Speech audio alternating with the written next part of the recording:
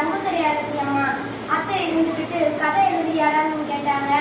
சரிங்கட்டேன்ட்டு நானும் எழுதலான்ட்டு அவங்க பெரிய புக்கு எடுத்தாங்க. மாமனிதர் நேரில் கோபண்ணா அப்படிங்கிற ஒருத்தவங்க எழுதியிருக்கிறாங்க.